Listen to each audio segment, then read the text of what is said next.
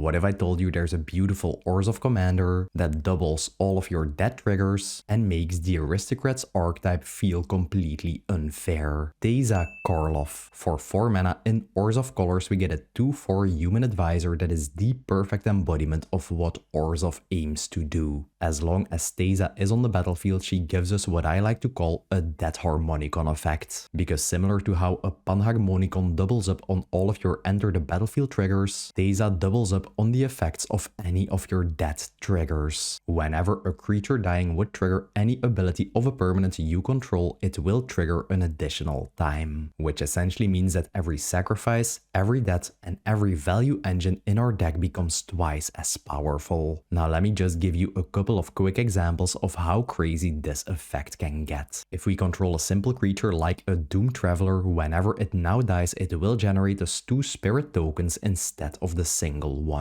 If we have a Wormcoil engine, instead of just generating us 2 of these insane worm tokens, we now get to generate 4 instead. If we do have a Grim Haruspex on the battlefield, instead of just drawing 1 card whenever a creature would die, we now get to draw 2 instead. And most importantly, all of our Aristocrats value pieces like a Blood Artist or a Zulaport Cutthroat will drain out our opponents twice as fast. Which means instead of us having to drain the table for a total of 40 life, with Teysa on the battlefield we only need 20 of those triggers to just win the game. Now what makes this deck even more interesting is how it interacts with board wipes. Because if we do control a board filled with dead trigger creatures and an opponent is about to cast a board wipe, all of those creatures including Teysa herself will see each other dying. Which means we will still get all of those dead triggers doubled thanks to Teysa on the way out. Instead of shutting us down, usually board wipes end up being a massive value explosion for us, which makes this deck incredibly resilient. Now on top of that, Teysa also has a second ability that often gets overlooked. Passively, she will give all of our creature tokens both vigilance and lifelink. Now while this ability isn't the main reason we are playing her, it is actually quite relevant for our game plan. Because as you will see throughout the video, we are going to be generating a huge amount of creature tokens. And giving all of those tokens lifelink will make it incredibly hard for our opponents to take us out of the game by using damage. While the vigilance will allow us to attack with our tokens for free and still use them as chump blockers on a later turn. So on top of being a value engine herself, Teysa also gives us a very solid layer of protection, making the deck even more resilient. Now for this build I decided to go all out to just be able to showcase you all of the awesome things that an Aristocrats deck is capable of. But don't be intimidated by the total price of this deck, because for the first time ever I did something really ambitious. I included a total of 22 budget swaps that makes the total price of this deck go down from 800 euros to about 300. I will be mentioning all of the specific swaps throughout the video, or you could go over to the Moxfield decklist and check out the primer there. I did include the full list. As I do in all my videos, I will be going over every single card in the deck and explaining why I decided to include it and pointing out all of the synergies. This video is divided up into 9 categories: the sacrifice fodder, the sacrifice outlets, the sacrifice payoffs, a small little combo section where I will be visually showing you all the combos we play in this deck, card draw, recursion and support, acceleration, protection and interaction, and the lands. First up we have the sacrifice fodder. These are the creatures we actually do want to sacrifice. Whether they generate us additional bodies, leave behind a bunch of tokens when they die, or they are creatures we can keep bringing back from the graveyard over and over again, these cards will make sure we always have something to feed to our engine. And let's kick things off with some really simple yet very potent death trigger creatures. Indebted Spirit. For 1 mana we get a 1/1 enchantment creature with the Afterlife 1 mechanic, meaning that whenever this creature would die we get to generate a 1/1 flying black and white spirit token, which obviously will generate us 2 of those tokens whenever we do have our Teysa on the battlefield. Now while that in itself is already some really solid value, this card also has the Bestow bestow mechanic, meaning we can cast it from our hand as a 3 mana aura spell on a creature we control, and the enchanted creature will get a +1/+1 stat boost and will also gain the Afterlife 1 mechanic. And thanks to the way of how bestow works, we can actually get double the value out of this creature. You can just enchant it onto anything and then sacrifice the enchanted creature to get 2 spirit tokens with Teysa, and then instead of going to the graveyard, Indebted Spirit will just enter the battlefield as an enchantment creature, which you can then sacrifice again and get even more spirit tokens, essentially functioning as a simple 1-drop card that has the potential to generate us up to 4 spirit tokens, which we can use as sacrifice fodder for any of our aristocrat synergies, and that obviously will also gain vigilance and lifelink thanks to Teysa, and you can start using these spirit tokens to both whittle your opponent's life totals down and stabilize your own life total. Nested Shambler. Whenever this 1-drop creature would die, we get to generate X1/1 squirrel tokens, X being this creature's power. Now, while we're not really playing any cards in this deck to boost this creature's power and increase the token output, it will always generate you a decent amount of sacrifice fodder. But there is one particular card in this deck this card has an insane synergy with, and that is a Skull Clamp. Because whenever you do equip your Skull Clamp on this creature, it will get +1 power and -1 toughness, making it die with 2 power and generate you 2 squirrel tokens. Or whenever you do have your Teysa on the battlefield, it will generate you 4 instead.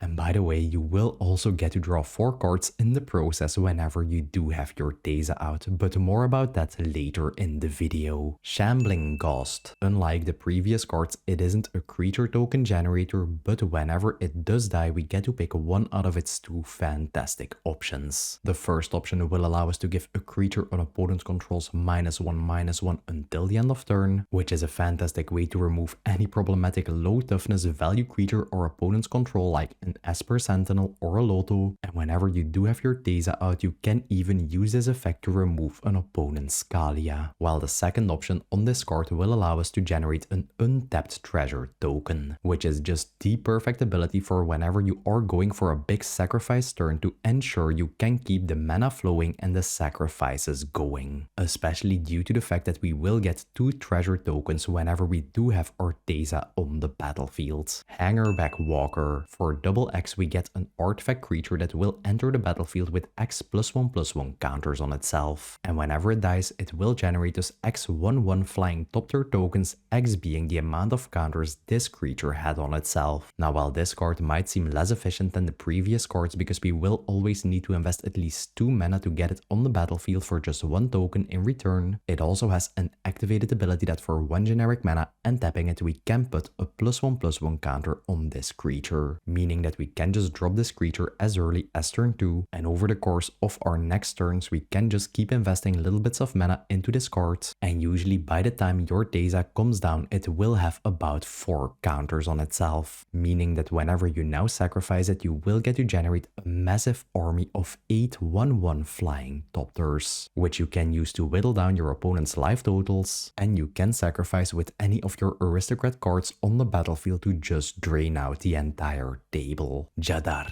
Ghoulcaller of Nephalia, a 2-mana creature that at the beginning of your end step will check if you control a creature with Decayed. If you don't, he will generate you a 2/2 zombie token with Decayed, baseline guaranteeing you that you get 2 creature bodies on the battlefield for just 2 mana, while also generating you 1 additional body to sacrifice every single one of your turns. A really simple yet really solid card. And now let's talk about a truly classic token generator, Bitter Blossom, a 2-mana tribal enchantment that at the beginning of your upkeep at the cost of 1 life will generate you a 1/1 Black Fairy Rogue token with flying. The amount of tokens this card will generate you over the course of the game is just ridiculous, since you can just play it on turn 2 and it will keep generating you tokens over and over again without you having to do anything special for it. And these fairy tokens can both be used as fodder to sacrifice to get benefits from any of our aristocrat payoffs, and they also scale incredibly well with Teysa's second ability. Thanks to them gaining lifelink, we will easily be able to offset all the life we lost to our Bitter Blossom and then some, and having a small army of flying tokens with vigilance is always going to be a really nice thing, because you can just swing with them every turn over and over again, whittling down your opponent's life totals, while at the same time also guaranteeing you that you will always have flying chum blockers for anything your opponents might swing at you. And a really good budget alternative for this card is a Skrelv's Hive, which is also a 2 mana enchantment that at the beginning of your upkeep at the cost of 1 life will generate you a 1/1 Phyrexian token with Toxic. While the tokens it generates you are obviously a lot weaker because they won't have flying, it is another enchantment that over the course of the game will generate you a huge amount of sacrifice fodder. And believe it or not, in the recent Lorwyn set we actually got a second version of Bitter Blossom attached to a flying creature body. Bitter Blossom Bearer. And let's just take a moment to appreciate the beautiful art on this card.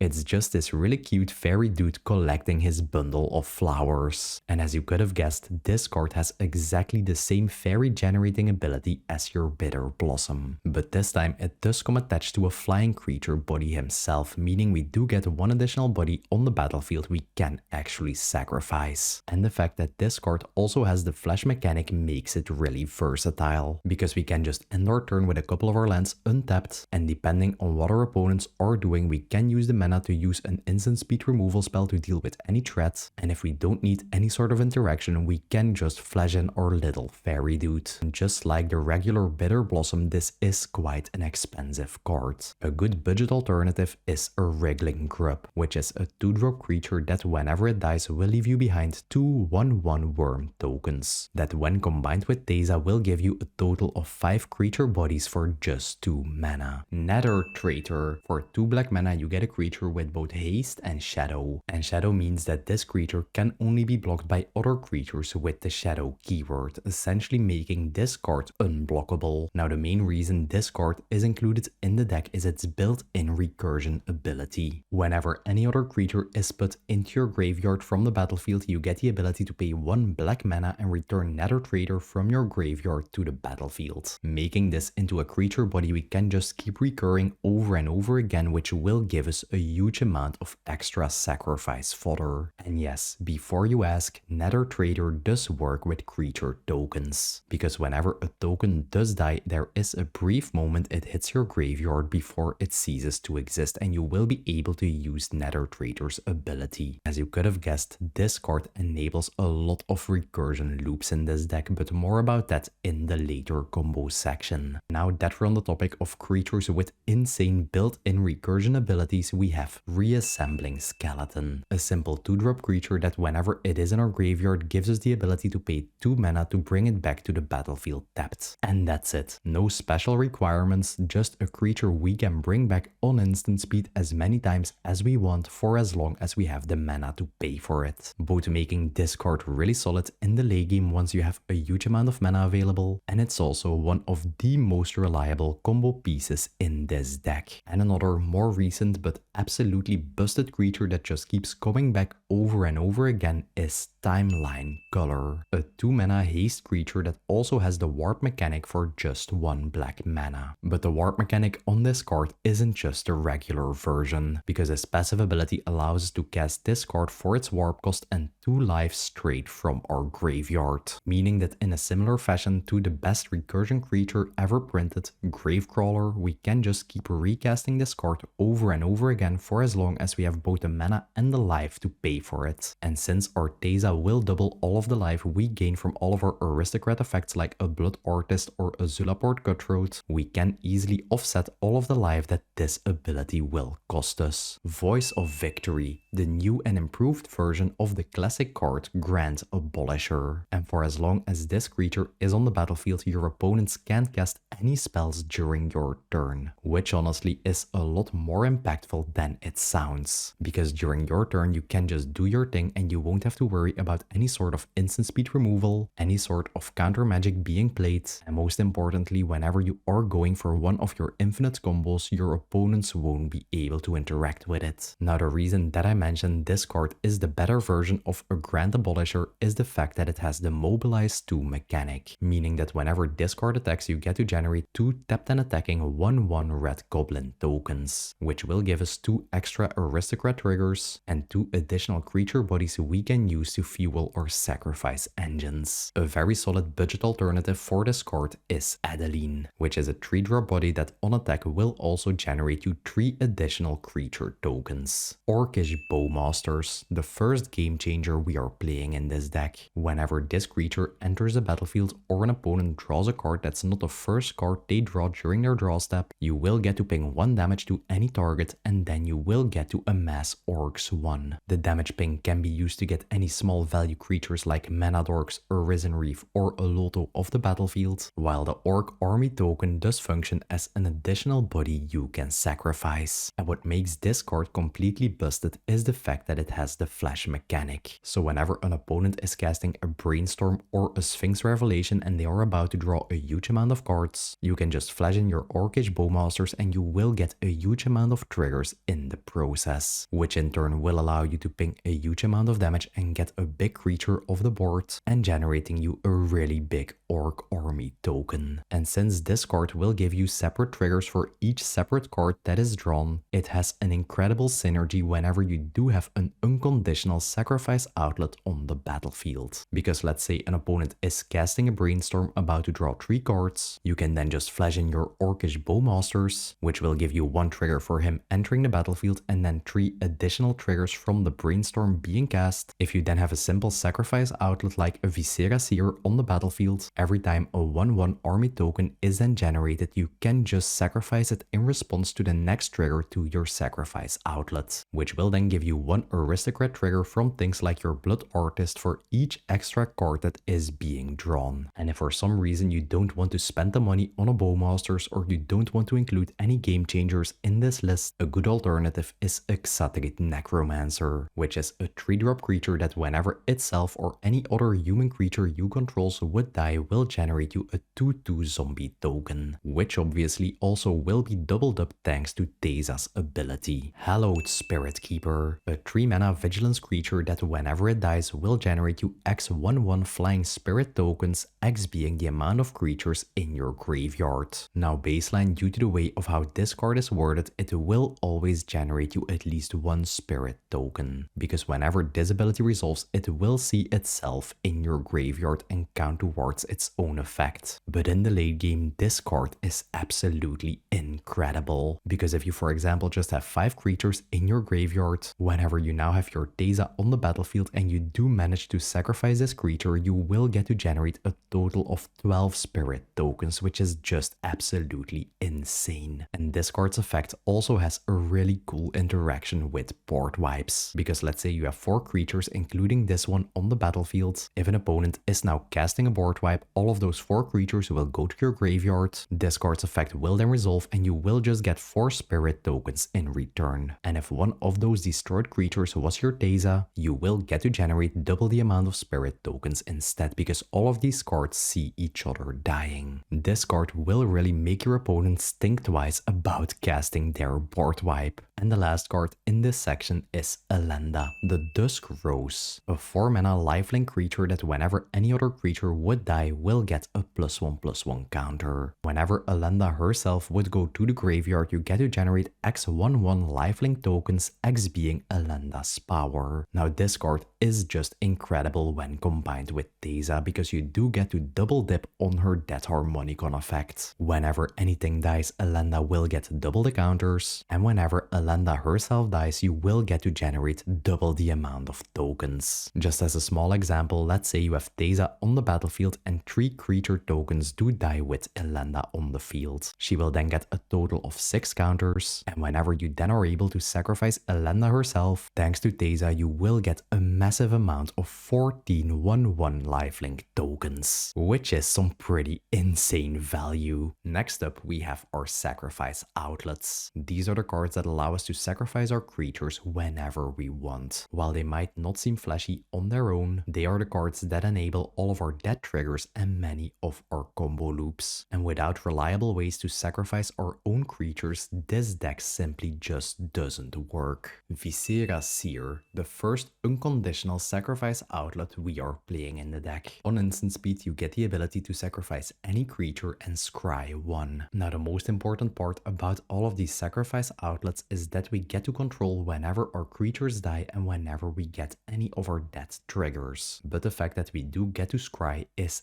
actually quite relevant, because whenever you are going for a big sacrifice turn where you are about to sacrifice about 10 creatures, you will get to dig really deep into your library and just go look for the specific pieces you need at the current given board state to go for a game win. And another really awesome unconditional sacrifice outlet we got in the Edge of Eternity set is Umbral Color Zealot, a 2-drop body that will allow us to sacrifice any creature or artifact on instant speed and we get to survey 1, which has exactly the same function as a Viscera Seer, and the surveying allows us to put a ton of cards into our graveyard, which is really good in this deck because as you will see later, we are playing a ton of recursion to get back any card from our graveyard. Ashnod's Altar and Phyrexian Altar. Both cards are 3 mana artifacts that will allow us to sacrifice a creature to get mana in return. Phyrexian Altar will give us 1 mana of any color, while an Ashnod's Altar will give us 2 colorless mana. And these sacrifice engines actually do give us a really crazy payoff in the form of a huge amount of mana for sacrificing our creatures, both allowing us to sacrifice our creatures whenever we want, while also enabling us to just keep the value loop going and keep following up with more and more cards thanks to the mana, which is just excellent whenever we are going for a big sacrifice turn or any of the loops we are playing in this deck. Now Phyrexian Altar in particular is a really expensive card. A more budget-friendly sacrifice outlet you can play is a Yahenni, which allows you to sacrifice creatures on instant speed to give Yahenni indestructible until the end of turn, making it into a sacrifice engine that is incredibly hard to get off the board.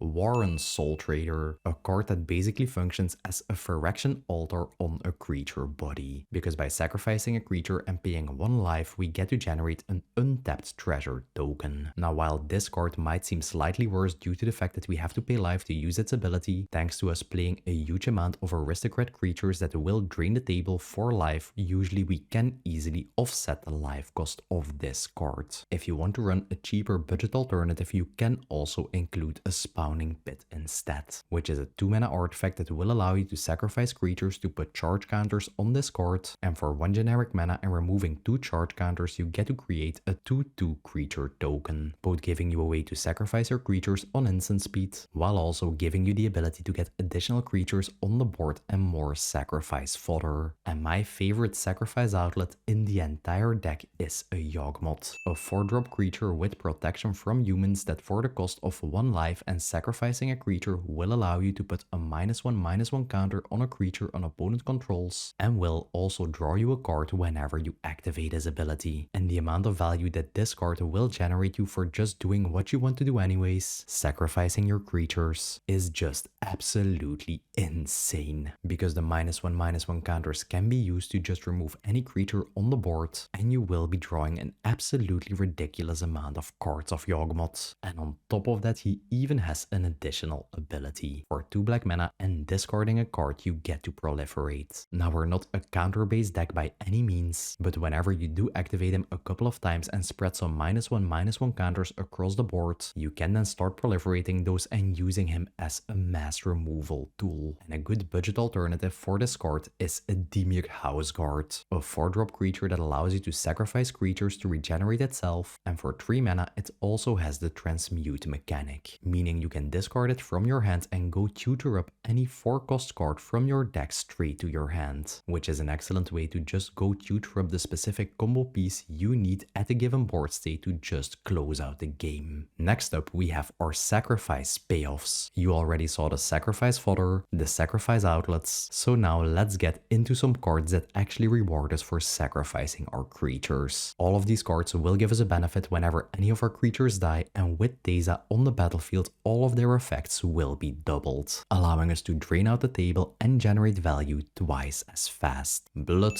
Artist. Yeah, it's probably the most iconic aristocrat card in existence, and you knew it was gonna be in the deck. It's a 2-drop creature that whenever itself or any other creature on the battlefield would die, will allow you to ping 1 damage to target opponent and you will gain 1 life. allowing us to turn all creature deaths into real value and not just whenever our creatures die. Blood Artist will trigger whenever any creature dies. Just imagine there being a total of 20 creatures on the battlefield, you controlling a Blood Artist and a Teysa and an opponent then playing a board wipe. You will then get a total of 40 Blood Artist triggers, which will allow you to just instantly take an opponent out of the game, and you will gain 40 life in the process. Zulaport, Cutthroat and Cruel Celebrant. Both cards have different names, but they have exactly the same effect. Whenever any creature you control would die, each opponent will lose 1 life and you will gain 1 life. And when we compare these cards to a Blood Artist, the main differences are that they will drain each opponent at once, but they will only trigger from our own creatures dying, not the ones that our opponents control. The only thing you need for a game win is either one of these creatures, a Teysa on the battlefield, and then 20 of your creatures dying. The Meat Hook Massacre, one of my personal favorite cards ever printed. For 2 black mana plus X, you get a legendary enchantment that whenever it enters the battlefield will give all creatures -X until the end of turn. And after the board wipe effect did resolve, the enchantment will just stay on the battlefield and it will give you access to its 2 passive abilities. Whenever any creature under our control would die, each opponent will lose 1 life, and whenever any creature from our opponents would die, we get to gain 1 life. And both of these effects will be doubled up with our Teysa. And this card is just fantastic for what we're trying to do in this deck. It gives us access to a board wipe to just reset the board if we are behind. You can use this effect to just clear your own board and get a gazillion death triggers in the process. And after all of that has happened, it does function in a similar way as any of our Aristocrat cards, just draining out the entire table. The fact that this card is an enchantment makes it a lot harder for your opponents to target with any sort of spot removal. Now obviously a card this powerful is really expensive. A very solid budget alternative for this card is a Marionette Apprentice, which is a creature that whenever any creature or artifact is put into your graveyard will make each opponent lose 1 life, functioning as an additional Aristocrats piece to just turn all of our creature deaths into pressure, and it also scales incredibly well by any sort of treasure token we are generating in this deck, because even whenever you sacrifice a treasure for mana, it will hit the graveyard and Teysa will double up on your Marionette Apprentice trigger. Now let's get into some cards that will generate us additional creature bodies whenever any of our creatures do die. Anafenza, Unyielding Lineage, a 3 mana flash first strike creature that whenever any other non-token creature would die under our control will endure 2, essentially giving us the option to either put 2 +1/+1 counters on this creature or generate a 2/2 spirit token. Now a small little detail, for some reason the tokens that the endure mechanic will produce you are actually spirits that don't have the flying keyword. Now that being said, over the course of the game this card will produce you a huge amount of additional creature bodies, because let's say you do control a creature that you can keep bringing back over and over again like a reassembling skeleton. Whenever you sacrifice it to any of your sacrifice outlets with Teysa on the battlefield, you will get to generate 2 additional creature tokens of this card. And this is honestly where Teysa really shines. You can just sacrifice 1 single non-token creature to get an Aristocrat's trigger. Anafenza will then generate you 2 spirit tokens, and then you can sacrifice both of these spirit tokens to get a total of 4 triggers out of your Aristocrat's payoff. And a card with a really similar effect is Blightmount, a 3 mana enchantment that whenever any non-token creature you control would die will generate you a 1/1 green and black pest token that whenever it dies will gain you 1 life, which whenever you do compare this with Anafenza will just straight up generate you better tokens, because the life these pest tokens will gain you on that will also be doubled up by Teysa. And as you will see with the last card in this section, we do have a way to turn all of our life gain into actual pressure on our opponents. And a nice little cherry on top is that this enchantment will also give all attacking pests we control +1 power and menace. So with both Teysa and this card on the battlefield, all of your pests will have 2 power, vigilance, lifelink and menace, which you can just use to overrun your opponents with. Atreus,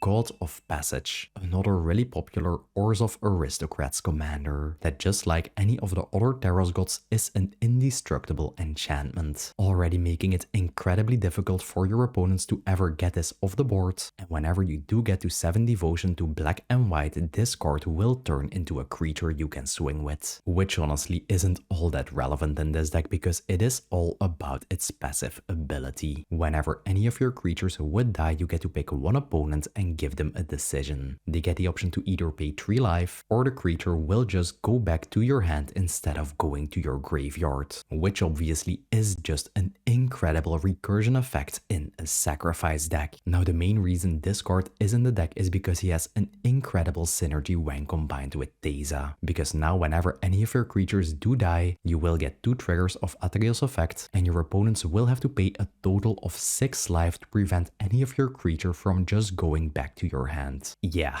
an opponent having to take 2 lightning bolts straight to the face to prevent this awesome recursion effect from happening is going to be a really good deal. And now let's get into what is in my opinion the strongest Aristocrats creature out there. Sephiroth, Fabled Soldier. I could honestly make a 3-hour video just talking about how strong Sephiroth is. If you're interested in that, I also made a dedicated Sephiroth deck video you can go check out. Alright, first up, whenever Sephiroth either enters a battlefield or he attacks, he will give you the option to sacrifice another creature. When you do, you get to draw a card, which in this deck already gives us an additional way to sacrifice our creatures for any Aristocrat synergy, while also ensuring that your hand just stays full. And his second passive ability functions in exactly the same way as a Blood Artist. Whenever any creature on the battlefield would die, you get to ping 1 damage to an opponent and you get to gain 1 life, giving us an additional way to just convert all of our creature deaths into an actual win. And whenever this ability triggers for the 4th time in a single turn, you get to transform Sephiroth. And just keep in mind, with your Teysa on the battlefield, you will only need 2 creatures dying to transform him. Once that has happened, he will flip and turn into a massive 5/5 flying creature that will also generate you a Sephiroth emblem, which functions in exactly the same way as a Blood Artist. And as of now, there aren't actually any ways to remove an emblem, so you will just passively have access to the best passive effect in this entire deck, and your opponents can't do anything about it. And a fun thing you can do with Sephiroth is whenever your opponents do remove him and he does end up in your graveyard, you can just use any sort of recursion in the deck to get him back to the battlefield. Whenever you are able to transform him again, you will get a second emblem, which is just absolutely nuts, and you will be able to close out the game really quickly. Now, on top of the backside being a massive creature body, it also has an incredible attack trigger that will allow you to sacrifice any number of your creatures, and per creature sacrificed this way you will get to draw 1 card. Yeah, this is just one of the best ways in the deck to actually sacrifice your creatures, because they will give you all of their death triggers on the way out, while Sephiroth will also draw you a gazillion cards in the process. Now obviously all of that power comes at quite a hefty price. A decent budget alternative is a Susurian Voidborn, which is a 3-drop creature that functions in a similar way as a Blood Artist but only for our creatures, and instead of paying 3 mana to get it on the battlefield, you can also warp it in for just 1 black mana, which is just perfect if you know you are about to do a million sacrifices on a single turn. You can just start off your turn with this card and it will give you a ton of additional drain triggers. Feral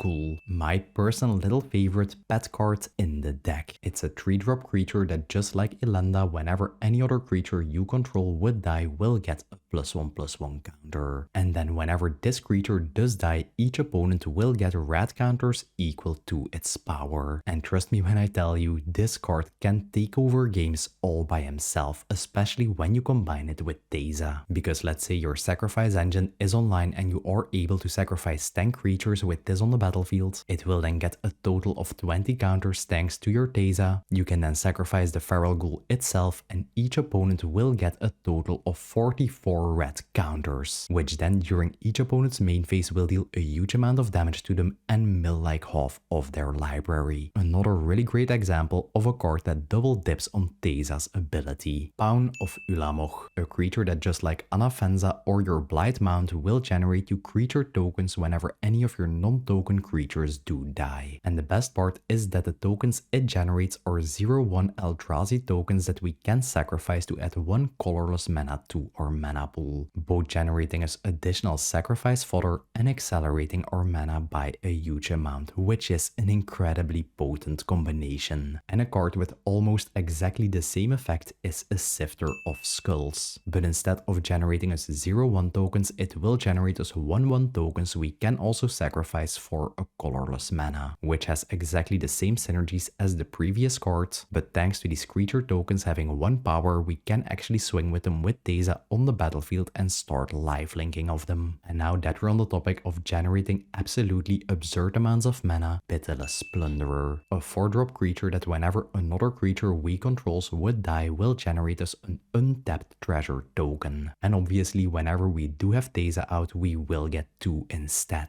This little card will just ensure you never run out of mana. You will just be able to keep sacrificing your creatures and play cards from your hand since you will always have the mana available, and you will be able to set up some incredible value loops with this effect. And the best part about its effect is that it doesn't state non-token, so you can even start just sacrificing all of the creature tokens you generated and converting them into mana, making this into the most reliable combo piece in the entire deck. And the last card in this section, and one of the craziest cards we got in the Teenage Mutant Ninja Turtle set, is Southwind Avatar. Whenever any creature we control would die, we get to gain life equal to its toughness, which will fuel its next ability. Whenever we do gain any amount of life, each opponent will lose 1 life. Now baseline, this card already functions in exactly the same way as a Zulaport Cutthroat or a Cruel Celebrant, but the amount of synergies this card's second ability opens up in this deck is just incredible. Whenever you do have another Aristocrats card like a Blood Artist on the battlefield, it will just give you double the value because you will also be making each opponent lose life whenever you gain life from the other Aristocrat card. It will allow you to convert any sort of life gain we get from the past tokens of Blind Mount into actual pressure. And the best and my favorite part about this card is that it does scale incredibly well with Teysa's second lifelink ability. Let's say for example you have this creature, a Teysa and a Bitter Blossom on the battlefield. Whenever you now swing with 5 of those lifelink fairy tokens, you will get 5 triggers out of this card, draining each opponent for 5 life because each creature with lifelink dealing damage is a separate instance of life gain for this card's second ability. Now all of the cards you've already seen do obviously enable a ton of sacrifice loops. In this section I will be showing you the most important ones visually and explaining you how they work, so you do get a good understanding of how this deck will work when everything comes together. For the first combo you will need 3 cards on the battlefield, either an Ashnod's or a Phyrexian Altar, a Pitiless Plunderer, and a Reassembling Skeleton. You start this combo off by sacrificing your Reassembling Skeleton to your altar, adding 1 mana to your mana pool. Whenever Reassembling Skeleton then hits the graveyard, you will get a trigger of Pitiless Plunderer, generating you 1 untapped treasure token. You can then sacrifice the treasure token to add 1 additional mana to your mana pool, which will give you a total of 2 mana, meaning you can recast your Reassembling Skeleton straight from your graveyard and you can just keep the loop going from there, which will result in you getting an infinite amount of death triggers. And if you then have any Aristocrat drain creature on the battlefield, it will result in an instant game win. And another variation of this combo is that instead of using any of the altars, you can just have both your Teysa and any other sacrifice outlet in the deck on the battlefield, and you will be able to just repeat the same loop because you will be getting 2 treasure tokens of your Pitiless Plunderer thanks to your Teysa. For the second combo line in this deck, you will need a Phyrexian Altar on the battlefield, any card that will generate you a token on creature death, like a Pawn of Ulamog, a Sifter of Skulls, an Afenza, a Blight Mount, and either a Nether Traitor or a Reassembling Skeleton. You start the combo off by sacrificing your Nether Traitor to your Phyrexian Altar, adding 1 black mana to your mana pool. Whenever Nether Traitor then hits the graveyard, your Anafenza will trigger and generate you a 2/2 Spirit token. You can then sacrifice the Spirit token to your Phyrexian Altar, adding 1 additional mana to your mana pool. When the Spirit dies, you will get a trigger from your Nether Traitor in your graveyard, allowing you to return it to the battlefield for 1 black mana. And from here you can just keep repeating the loop, which will result in an infinite amount of colored mana thanks to your Phyrexian Altar, and whenever you do have an Aristocrat creature on the battlefield, you will just instantly win the game. And instead of using a Phyrexian Altar for this combo, you can also replace it with a Pitiless Plunderer combined with any any sacrifice outlet, which will give you the exact same outcome. Now there are many more combos in this deck using cards like a timeline color, but these two lines and their variations are the main ones. If you like these in-depth deck videos and you want to support me and the channel, check out the YouTube membership program. The amount of new members joining in the past couple of months has been absolutely incredible, and they are the main reason I can keep pouring all of my love and passion for Magic into these weekly deck videos. All members will get early access to the deck lists, access to some exclusive chat rooms in the Discord where I'm always sharing what projects I'm currently working on before the videos even go live, and of course that glorious Panzer helmet next to your name on YouTube. And speaking of the Discord, if you're not in there yet, you should definitely check it out. We seriously have some of the best deck builders on the entire planet in there, who are always happy to help optimize decks, and they have been an incredible source of knowledge for these videos. And one last thing before we continue, if you do decide to build any of my decks and you do have to sleeve them up, you can now use the code Panzer over on the Dragon Shield website to get 5% off your order. So if you were about to buy sleeves anyways, you might as well get a small little discount and help support your favorite content creator while you're at it. Next up, we have the card draw section. Since this entire deck revolves around setting up an incredibly powerful engine, keeping our hand filled is incredibly important. These cards will help us draw through our deck, find our key pieces, and will make sure we never run out of fuel. Skull Clamp. While this card is just incredible in itself in any sort of token deck, it is by far the best card you can include in any Teysa deck, because she will actually double up on its trigger, allowing you to draw 4 cards whenever the equipped creature does die. As you've already seen, we will be generating a huge amount of 1 toughness tokens, and for just 1 generic mana we can keep clamping them over and over again, and with Teysa on the battlefield, this card essentially reads pay 1 generic mana, draw 4 cards, which will give you truly limitless draw potential and will allow you to just dig into your deck and find the combo pieces you need to close out the game. And on top of that incredible synergy, you can also use it as some sort of a sacrifice outlet, because now any tokens you generate with a Bitter Blossom or a Blight Mount can just be sacrificed by equipping your Skull Clamp to them and triggering any Aristocrat synergy in this deck, while also drawing you a gazillion cards. Weatherlight completed, a 2-mana artifact that whenever any creature we control would die will get 1 Phyresis counter. Now first up, whenever it does get a counter, we will get to scry 1, already allowing us to manipulate the top cards of our library. Once we do get to 4 counters, this card will turn into a 5/5 flying creature we can actually swing with. But where the real money is at is whenever we do get this card to 7 or more Phyresis counters, because now whenever any of our creatures would die, instead of scrying, we just get to straight up draw a card.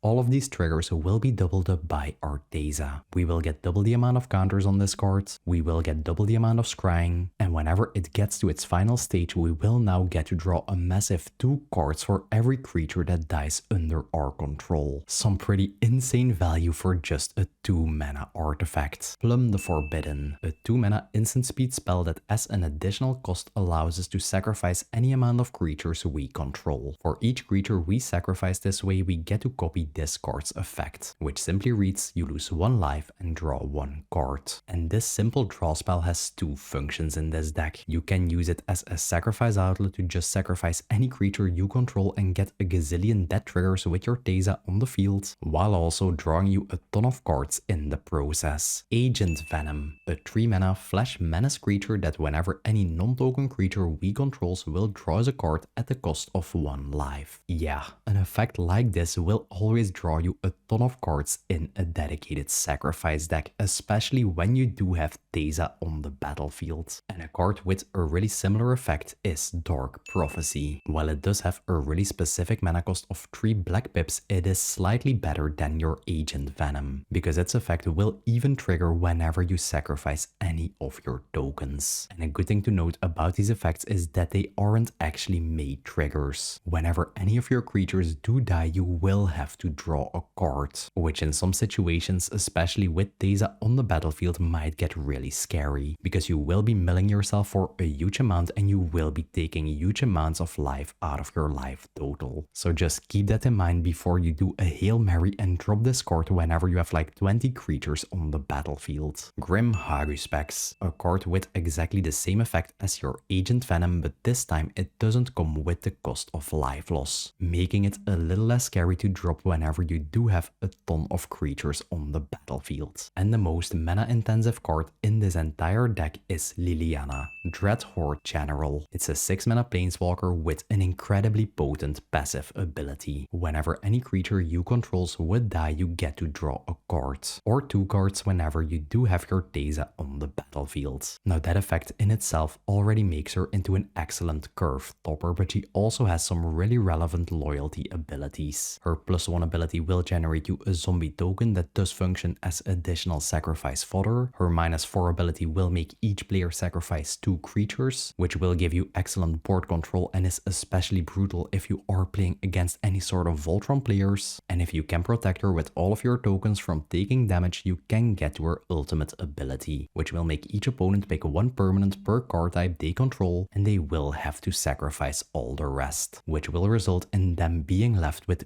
only 1 land in the late game. Next up, we have our Recursion and Support section. Because we will constantly be sacrificing our own creatures, we do play a ton of recursion tools to get them back to the battlefield, allowing us to get additional uses out of our best pieces, while also adding extra consistency and resilience to the entire deck. Reanimate, the most classic and well-known creature recursion piece out there. For 1 mana, we get to pick a creature card in any graveyard and return it to the battlefield under our control. Then we will lose life equal to the mana cost of the chosen creature. Now first up, we can use this on our own creatures. We can get back any value pieces that got removed, get some additional sacrifice fodder on the battlefield, and we can even make our commander go to the graveyard and then just reanimate it for 1 mana, bypassing any sort of commander tax. But since this card doesn't state we have to pick something from our own graveyard, we can even use it to get back our opponent's creatures that we removed and use them against themselves. And since we're running this many life gain effects in the deck, usually the life cost you have to pay for this card doesn't really matter. And a really solid budget alternative for this card is an Unnerved, which for 1 mana will allow you to reanimate any creature in your graveyard with mana value 3 or less. And since this deck has a really low curve, you will be able to target just about anything. Afterlife Insurance, a 2 mana instant speed cantrip spell that will give all creatures we control the Afterlife 1 mechanic until the end of turn. And this effect will essentially turn all creatures we control into Doomed Travelers. An effect that just goes absolutely nuts if you do have a bunch of tokens, a sacrifice outlet, and your Teysa on the battlefield. Because if you do have like 5 creatures on the battlefield, you can just cast this card, sacrifice all 5 of those creatures, and you will get 10 spirit tokens in return, which you can then sacrifice again, and with your Teysa on the battlefield, you will get a total of 30 aristocrat triggers, which is just absolutely nuts and will win you the game. Chthonian Nightmare, a 2 mana enchantment that whenever it enters the battlefield will give you 3 energy counters. And by paying X amount of energy and sacrificing another creature, you get to return this card to your hand, and then return any creature card in your graveyard with mana value equal to the amount of energy you spend straight to the battlefield, making this into an excellent reanimation tool you can just keep using over and over again to get back any low mana cost creatures like your Sephiroth, your Anafenza, or even your Warren Soul Trader that just got removed, while also functioning as an excellent sacrifice outlet to get some extra death triggers. And one of my favorite things to do with this card is just keep reanimating my Hallowed Spirit Keeper over and over again, which whenever you do have your Teysa on the battlefield will generate you about 100 spirit tokens, especially when you have some other creatures in your graveyard. Cloud,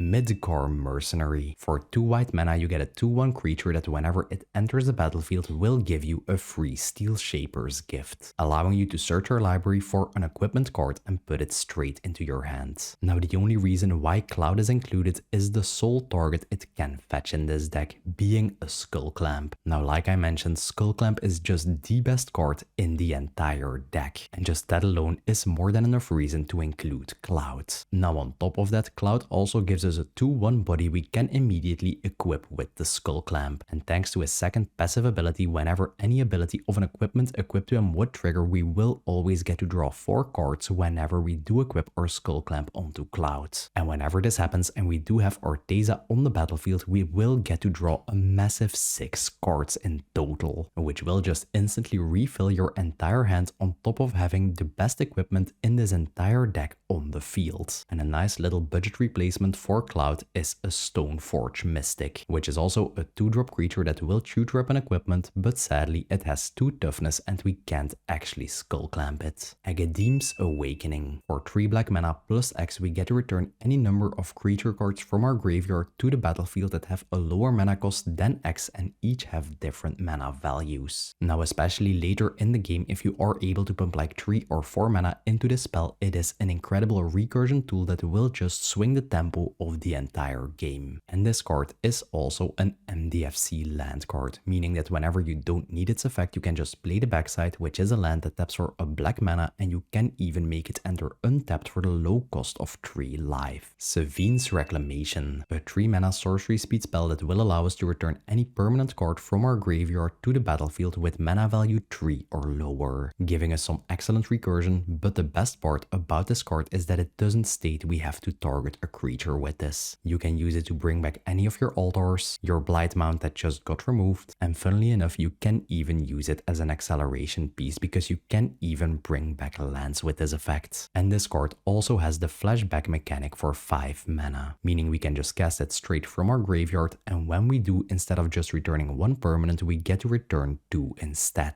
So even if you survey this card into your graveyard with your Umbral Color Zealot, you can still use its effect. Teysa, Orzhov Scion, the older version of our commander. It's a 3 mana creature that has a similar ability to our Anafenza. Whenever any black creature we control would die, we get to generate a 1/1 flying spirit token. And this ability will even trigger off any black creature token you control. Since most of the tokens in this deck are black anyways, like from our Bitter Blossom or our Blight Mount, you will always be able to get a huge amount of white spirit tokens off its effect, which function as excellent fuel for her activated ability, because by sacrificing 3 white creatures, we get to exile any creature on the battlefield, which functions as an incredibly oppressive, repeatable removal engine. And this card also has an incredible synergy with the Afterlife mechanic, because the spirits are both white and black. Whenever you sacrifice any of them to Teysa's activated ability, you will just instantly get 3 new spirit tokens in return, and you will be able to just keep chaining the ability over and over again. Body Launderer, a 4 mana dead touch creature that whenever any non-token creature we control would die will connive, meaning we get to draw a card and then discard a card. If the discarded card was a non-land card, this creature will get a +1/+1 counter. An ability that will allow us to dig really deep into our library, especially whenever we do have Teysa on the battlefield, because we will get double the connive triggers, and the counters it does get from conniving scale incredibly well with its second ability. Whenever this creature dies, we get to pick 1 creature in our graveyard with lesser or equal power and just reanimate it straight back to the battlefield, which once again, with Teysa on the battlefield, will allow us to reanimate 2 creatures instead, both making this card an excellent card filtering option and a really solid reanimation piece. Luminous Broodmoth, a 4 mana flying creature that whenever any creature we control would die that didn't have flying, will return it straight to the battlefield with a flying counter on it, essentially giving all of our non-flying creatures the undying keyword, because the first time we do sacrifice them, they will just instantly return, allowing us to sacrifice our value creatures like our Hallowed Spirit Keeper, Orgalanda, or even our Feral Ghoul 2 times, giving us double the amount of value out of their triggers and going absolutely insane whenever you do have your Teysa on the battlefield, while at the same time also making it incredibly hard for your opponents to remove any of your creatures because they will just come back anyways. And the last card in this section is Mondrak, Glory Dominus, a 4 mana creature that whenever you would create any token will give you double the amount of tokens instead. And with the amount of tokens we'll be generating in this deck, this card is just crazy. We'll we'll get double the amount of tokens from our Alanda, double the amount of tokens of the afterlife of our afterlife insurance, double the amount of treasure tokens of our pitiless plunderer, and all of the other token generators you already saw in this video. And if you, for example, have your Teysa on the battlefield and are about to generate a treasure token with your pitiless plunderer, Teysa will copy the trigger, generating you 2 treasure tokens, and then Mondrak's effect does apply and you will get 4 treasure tokens, essentially doubling up on our token doubling. But Mondrak doesn't stop there because he also has an activated ability. For 1 generic mana and 2 white Phyrexian mana, you get to sacrifice 2 creatures or 2 artifacts to put an indestructibility counter onto Mondrak. Now first and foremost, we will always have sacrifice fodder available to use for this effect, making Mondrak incredibly hard to get off the board by your opponents. But my favorite part about this ability is the fact that it does function as some sort of a sacrifice outlet, allowing you to pay 1 generic mana and 4 life to just sacrifice 2 creatures and trigger any of your aristocrat effects. And if you don't want to spend a massive amount of money on Mondrak, you can also play his black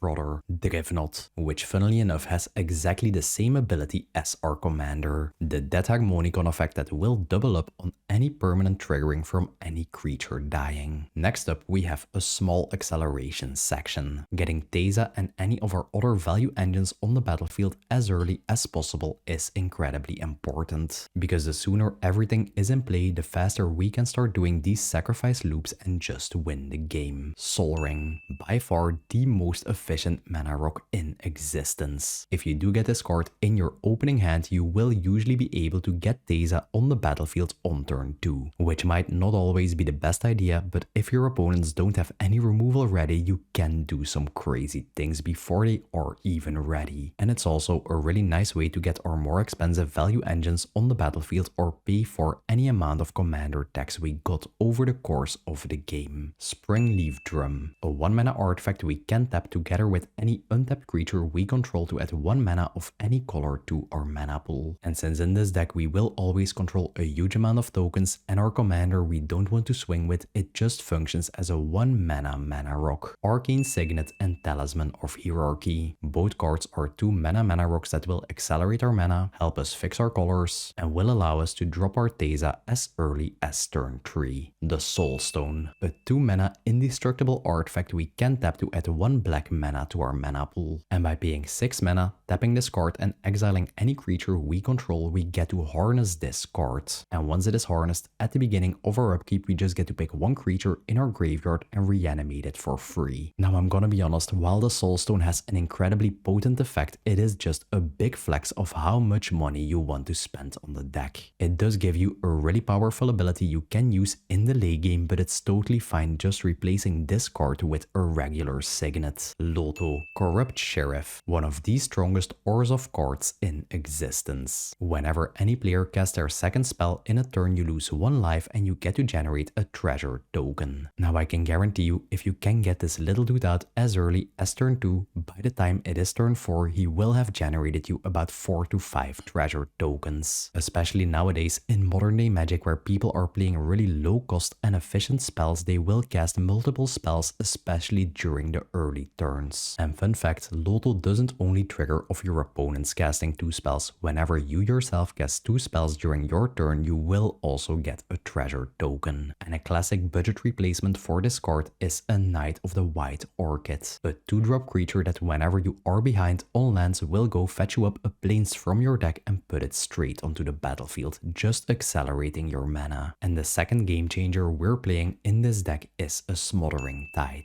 a 4-mana enchantment that whenever any opponent draws a card for any reason whatsoever will give them the option to pay 2 generic mana. If they don't, we get to generate a treasure token. Now the amount of treasures this card will generate for you even without opponents drawing additional cards is just insane. Because trust me, there isn't a single opponent who's waiting to pay 2 generic mana at the beginning of their turn. There's a good reason why they decided to turn this card into a game changer. Next up, we have the Protection and the Interaction. While this card is already incredibly resilient by itself, we still need ways to disrupt our opponent's game plans and protect our own value engines. Malakir Rebirth, a 1 mana instant speed spell that until the end of turn will give one of your creatures an additional additional line of text. Whenever this creature would die, you get to return it to the battlefield tapped instead. So whenever an opponent is now casting a board wipe or a spot removal spell targeted at either your commander or any of your value creatures like your Sephiroth, you can just tap one of your swamps and no harm will be done. And if this card is in your hand and you don't need its effect, you can just play the backside, which is a land that taps for black mana. As I mentioned in all my videos, you should view these MDFC cards as lands first, that in the late game whenever you do draw into them will give you an additional beneficial effect. Desperate Plea, a new lesson card we got in the Avatar set that is just perfect for this deck. It's a 2-mana spell that as an additional cost will require us to sacrifice a creature, and then we will get to pick one or both of its fantastic options. The first option will allow us to return any creature card from our graveyard to the battlefield with lesser power than the sacrificed creature, and the second option will just straight up destroy any creature on the battlefield. Now, thanks to us actually gaining benefits from sacrificing our creatures, this spell functions as a sacrifice outlet, a removal option, and a reanimation option all in the same card for just 2 mana. Absolutely fantastic. Anguished Unmaking. For 3 mana and 3 life, on instant speed we get to exile target non-land permanent. Allows you to deal with creatures, enchantments, artifacts, or even planeswalkers. Attrition. A 3 mana enchantment with an activated ability for 1 black mana and sacrificing a creature, which will allow us to then destroy any non-black creature on the battlefield. Another card that's just a perfect fit for this deck, because it will give us a repeatable sacrifice outlet for the low cost of just 1 black mana, while also acting as a repeatable removal engine you can use over and over again to just keep destroying your opponent's value creatures or their commanders. What more could you want from a card in this deck? And a good budget alternative for this card is a Fanatical Devotion, which is also a 3 mana enchantment that allows you to sacrifice a creature on instant speed to regenerate any other target creature, giving you an additional sacrifice outlet and an additional way to protect your board.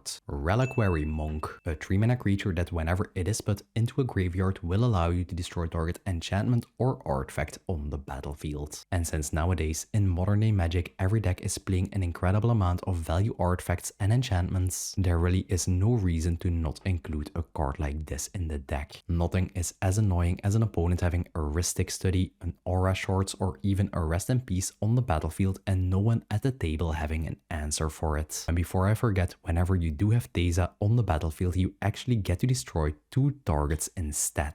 Toxic Deluge. For 3 mana and paying X life, every creature on the battlefield will get -X until the end of turn. And this is by far one of the most versatile board wipes out there, because early in the game if you are playing against a Chatterfang player who is overwhelming the board with their 1/1 squirrel tokens, you can just pay 1 life and reset the entire board. Or later in the game if you are playing against an Eldrazi player and they have like 10 toughness creatures on the board, you can just invest more life and still make it function as a tool that wipes the entire board. Usually the life cost of this spell doesn't really matter anyway, since we will be gaining a gazillion amount of life thanks to all of our aristocrat effects. And like I mentioned earlier, board wipes are an excellent tool to just make all of your creatures go to the graveyard and generate you a gazillion death triggers, especially when combined with Teysa. Fel the Profane. For 4 mana on instant speed you get to destroy target creature. Now while this card really isn't all that efficient of a removal spell, you should view this card as a land first that later in the game when you draw into it might actually make the difference by removing that one problematic creature on the battlefield. Grave Pact. A 4 mana enchantment that whenever any creature you control is put into your graveyard will make every opponent sacrifice a creature. Now in any sort of sacrifice deck, this effect is incredibly oppressive, because whenever any of your opponents are playing their commander and they don't control any other creatures, you can just sacrifice any of your fodder creatures to your sacrifice outlets and make each opponent just sacrifice their commander from the moment it comes down on instant speed,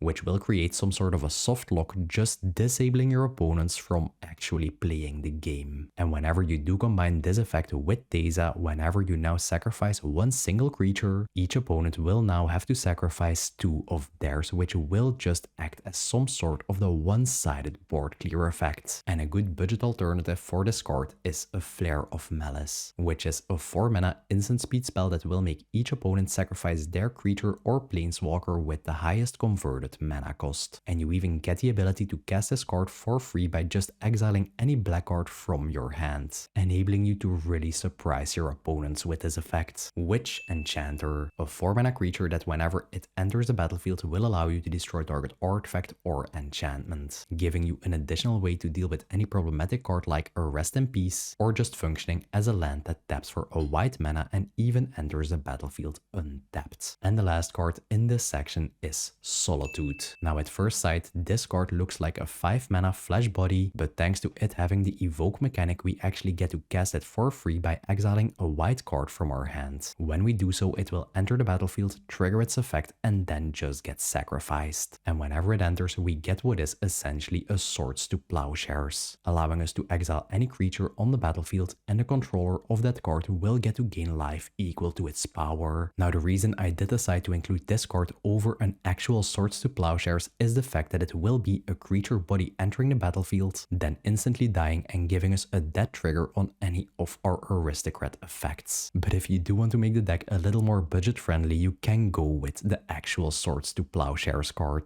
And finally, we have the mana base of this deck. Like I mentioned, it is pretty expensive, but this deck does function perfectly fine on a cheaper mana base, which you can easily achieve by just excluding the more expensive lands like a Bond land, the Fetch land, and the Shock land. We're also running a bunch of utility lands, so I'll start by quickly going over those. Baradur! For 1 black mana, double X, and tapping this land, we get to amass Orcs 1, but we can only activate this ability if a creature died this turn. Now since we are a sacrifice deck, creatures will always be dying, and this land gives us an additional way we can use in the late game to get additional sacrifice fodder on the battlefield. Bojuka Boch. Whenever this land enters the battlefield, we get to pick one player's graveyard and just exile it. And since nowadays in modern day Magic almost any deck relies on using their graveyard, this card can just straight up win you the game. It's fantastic against any sort of Necrobloom player that's about to do a Heaterog loop, any Spellslinger player that's about to flashback their entire graveyard with a Past in Flames, and of course against any sort of reanimation deck like a Hashaton that's about to reanimate their Elesh Norn on turn 3. Castle Locthwain. For 3 mana and tapping this land, we get to draw a card and then we will lose life equal to the amount of cards we have in our hand. The simple effect we can use in the late game to draw some additional cards, and like I mentioned, with the huge amount of life we'll be gaining, we don't really care about the life loss. Eiganjo, Seat of the Empire. A land that basically doesn't have any downside because it just enters the battlefield untapped, and whenever it is in our hand we can pay the mana cost,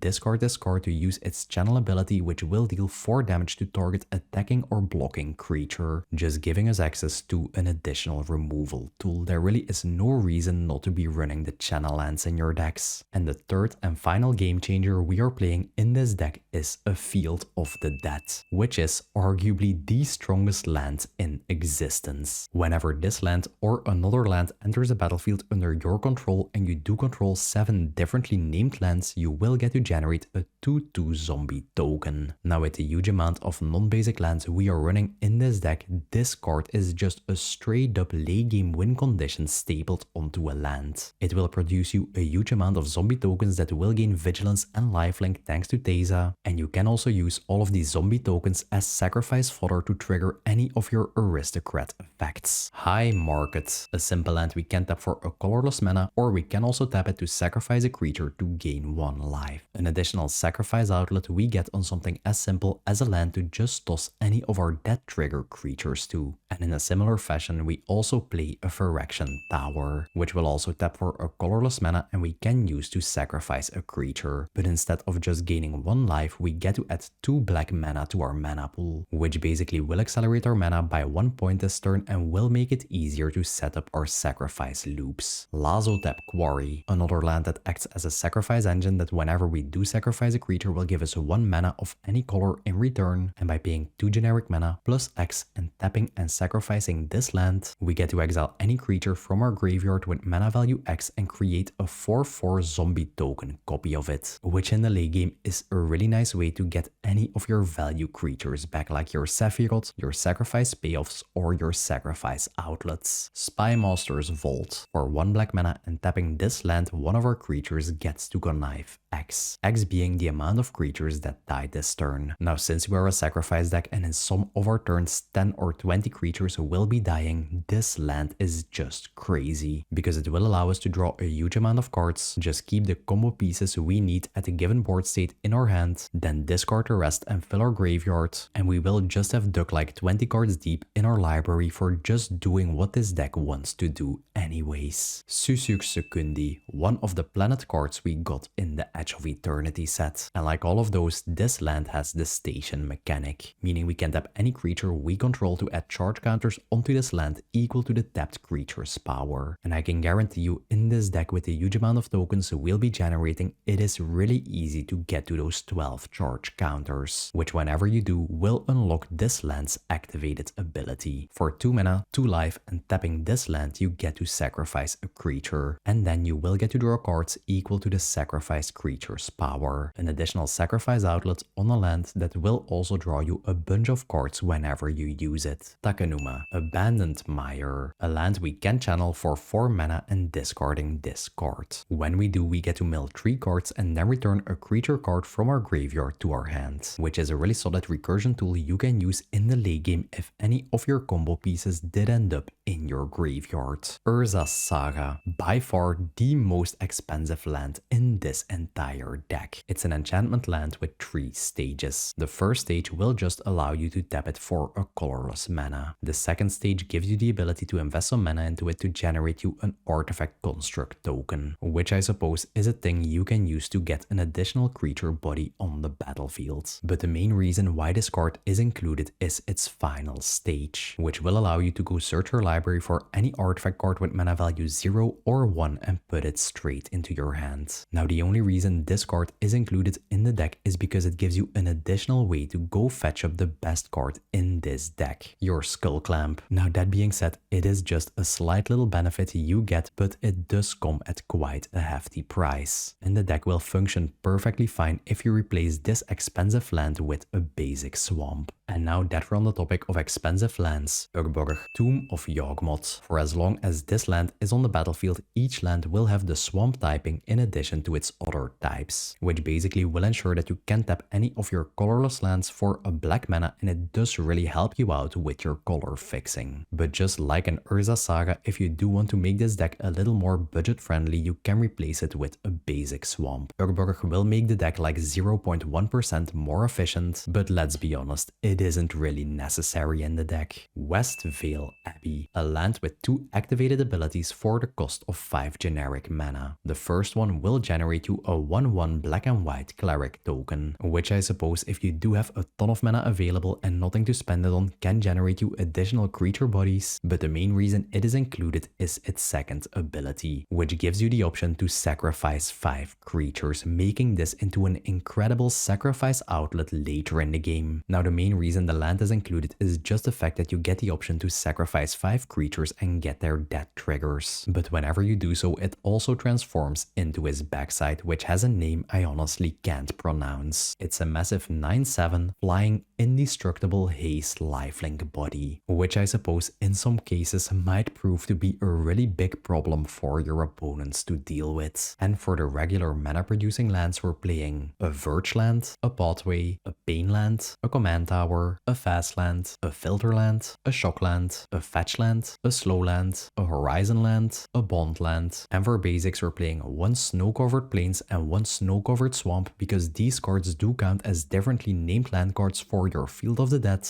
and then also 1 regular plains and 1 regular swamp. And that's it for my in-depth Teysa Karlov deck tech, a commander that just takes everything the Aristocrats archetype is already capable of and then just doubles up on its efficiency. Every creature that will give us twice the value, every sacrifice will get us even further ahead, and once the engine gets going, it is incredibly difficult to stop. It's one of the most true Orzhov decks you can play in Commander, and if you like turning small creatures into a huge amount of value, this deck is gonna be an absolute blast to pilot. If you made it all the way to the end of the video, let me know by dropping a skull emoji in the comments below. Share this video with everyone at your local game store, hit the like button, hit subscribe, and hit the bell notification icon so you won't miss next week's video. Thanks for watching, enjoy doubling up on all of your dead triggers, and I will see you in the next one.